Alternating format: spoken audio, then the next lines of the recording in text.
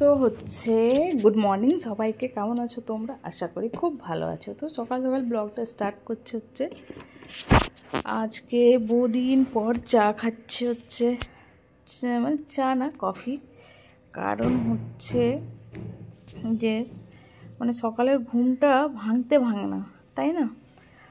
রাতে ঘুম আসে না, সকালে ঘুম ভাঙে না।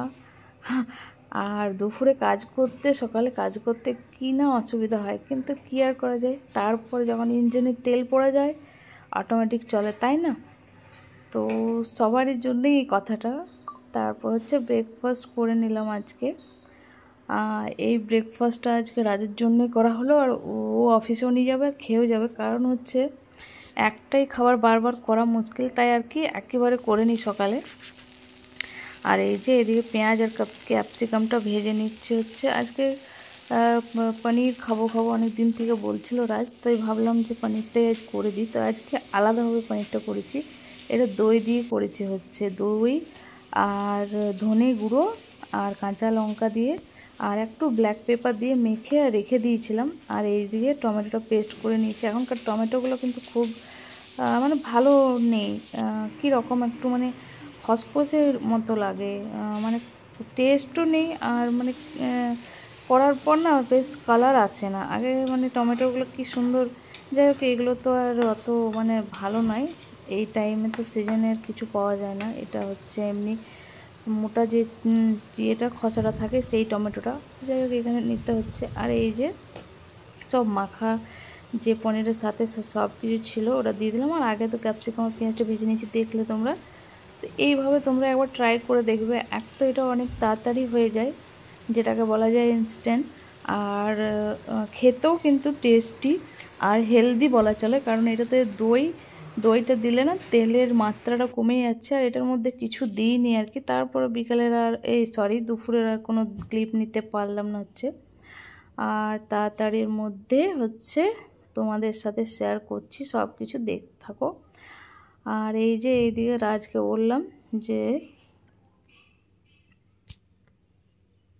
তাড়াতাড়ি কর, খেয়ে নিই, তারপর হচ্ছে সব কিছু করবো। তারপর আজকে বৃষ্টির ইয়েটা একটু কম আছে, ভেবেছিলাম বিকাল দিকে যাবো। এই যে বসে আছে, একটা জিনিস 1 ঘন্টা ধরে করে। আর এই দিয়ে আমাদের লাঞ্চ হয়ে গেছে, খুবই মানে লাইট লাঞ্চ হয়েছে আজকে। এই লাঞ্চটা কিন্তু আমার খেতে প্রচণ্ড ভালো লাগে। মাছ, মাংস, ডিম এর থেকে আমার মনে হয় যে শরীরের জন্য হেলদিও আর টেস্টিও। তো ডাল করেছি, এদিকে মিক্স ভেজ একটা সবজি করেছি, আর হচ্ছে এদিকে ছুটি ভাজা হয়েছে। আর ওইদিকে সাদা বাটির মধ্যে যেটা আছে সেটা হচ্ছে কলার খোসা দিয়ে চাটনি, মানে হ্যাভি, এত টেস্টি হয়েছিল খেতে, মানে কি বলবো। তোমরা অবশ্যই ট্রাই করবে। একটু রসুন দিয়েছিলাম।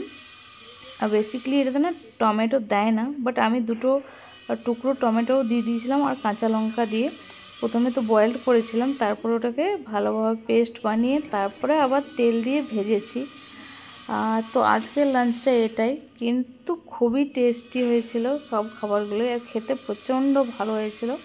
তো এই ধরনের খাবার না সপ্তাহে 5 দিন 6 দিন খাওয়া দরকার। আর একদিন হচ্ছে আনহেলদি খাবার খাওয়া দরকার, সেটাও কিন্তু খুব তেল মশলা কম দিয়ে আর কি, পাতলা পাতলা করে খাওয়া গেলে।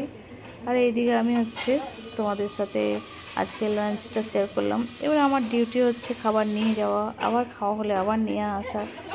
মানে এই যে ডিউটিগুলো করতে করতে মানে কি আর বলা যায়। এই চলো খেতে বসে গেছি, তাড়াতাড়ি খেয়ে দে তারপর। আর এখানে মানে কথা বলে ভয়েস দিয়ে কোনোতেই আর শান্তি নেই, কারণ এত আওয়াজ হচ্ছে, সামনে ঘর হচ্ছে বলে মানে কিছু আর বলার নেই। আর চলো তারপর হচ্ছে বিকেলে একটু রেডি হয়ে ভাবলাম একটু হাঁটাহাঁটিও করে নেবো। আর ওই দিক থেকে একটু যে ফুচকা খেয়ে আসবো আর কি। অনেক দিন থেকেই ভাবছিলাম খাবো কিন্তু আর যাওয়া হচ্ছিল না। তো ফুচকার মধ্যে কিন্তু জলটা আমি খাই না, অনলি ফুচকা আর আলু খাই। জলটা জানি না খেতে আমার আজকাল অত ভালো লাগে না। কারণ হচ্ছে মানে এখানের ফুচকার যে জলটা টক হয় না, ঝাল হয় না, মিষ্টি মিষ্টি লাগে। তো আমি ওটাকে মানে খাই না, স্কিপ করে দিয়েছি, খালি ওই ফুচকার ওটাই খাই। তো চলো আমি মানে মোটামুটি রেডি হয়ে গেছি আর কি। আর বেসিক্যালি লিপস্টিকটা তো একটু পরিই আমি যেখানেই যাই, আর এটা হচ্ছে নিউড কালার। এই কালারটা আমার খুব ভালো লাগে, তো বেশ ভালোভাবে লাগাইনি আর কি, মানে মোটামুটি লাগিয়েছি। আর উনিও রেডি, রাজু।